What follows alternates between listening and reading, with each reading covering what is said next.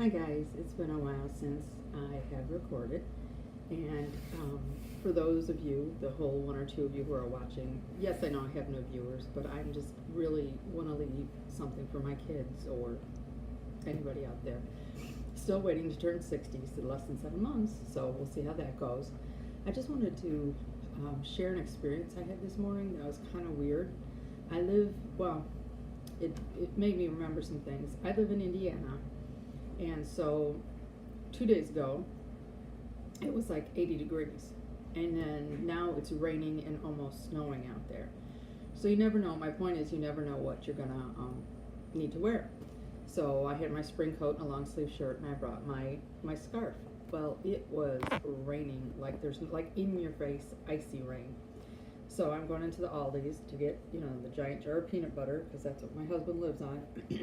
And I decided I didn't want to get soaking wet, so I always have a scarf on. A student gave me scarves a few years ago, and it's kind of become a thing. So I have a lot of scarves.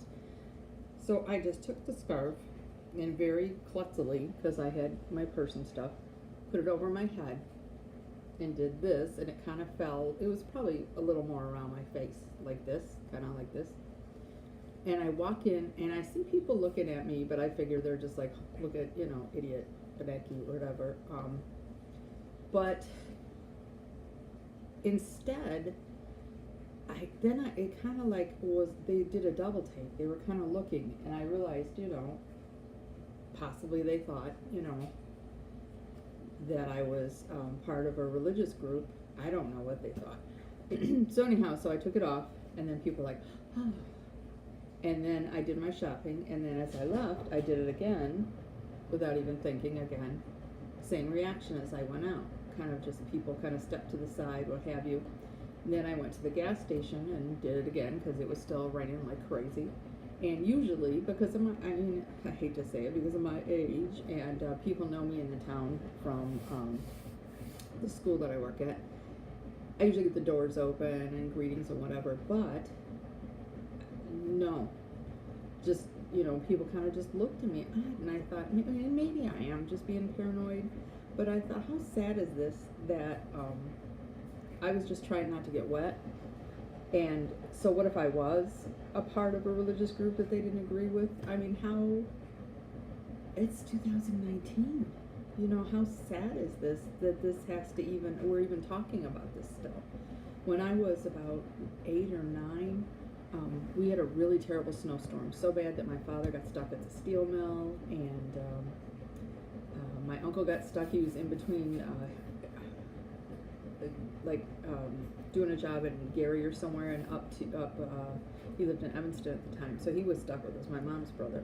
So we were just, doing the best we could, and kind of enjoying the freedom of not having to go to school and, what have you. And I noticed a lot of the men were congregating, the neighborhood men, because back in, that would be like 68, 67, 68, your neighborhood was your family. And you could go from house to house, and everybody knew you, and it was, it really was a wonderful, in some ways, way to grow up.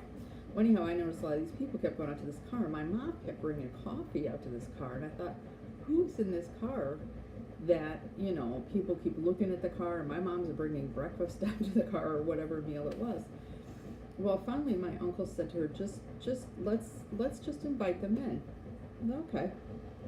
So then, in comes 4 African American people. Now, this was a south suburb of Chicago back in 67, 68. So I wasn't really familiar with anyone outside of Polish or Italian people in my area. So, but I didn't think anything of it, because nothing was ever said like this or that. I was fascinated with the business clothes, because all the people I knew were blue collar. But, they're dressed impeccably, and it was 3 women and a man, if I remember it right. And my mom sat them down, and they're like, are you sure? Are you sure? And my mom's like, no, please. And she made food and coffee and whatever, and I could tell that these people were so uncomfortable, but I couldn't figure out, at that age, why were they so uncomfortable.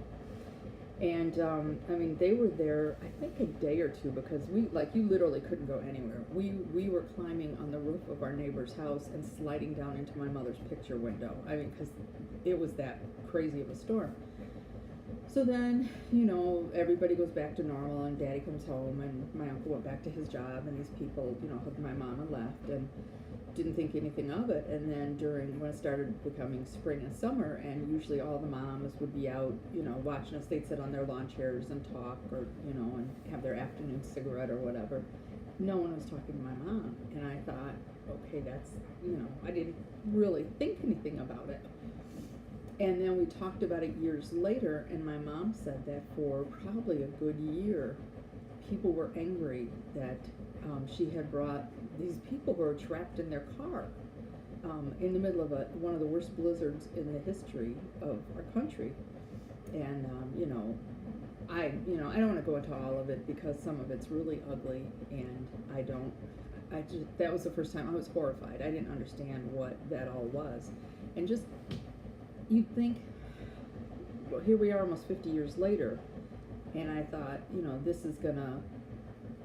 will change. And I'm not naive. I see the news, and, you know, and I go out in public, and I see people, and I know it's still out there, but I really thought it wasn't,